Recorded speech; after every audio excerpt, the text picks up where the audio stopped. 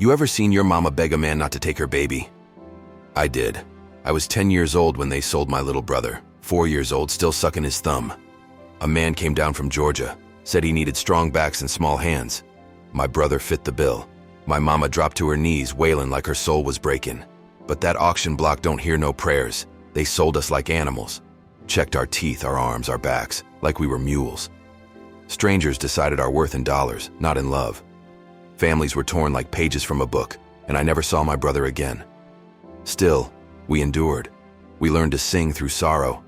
We whispered freedom in the dark. We raised our children with dreams bigger than chains. Now they say our history makes folks uncomfortable, so they try to erase it. But hear me now, we were never just slaves. We were survivors, builders, believers.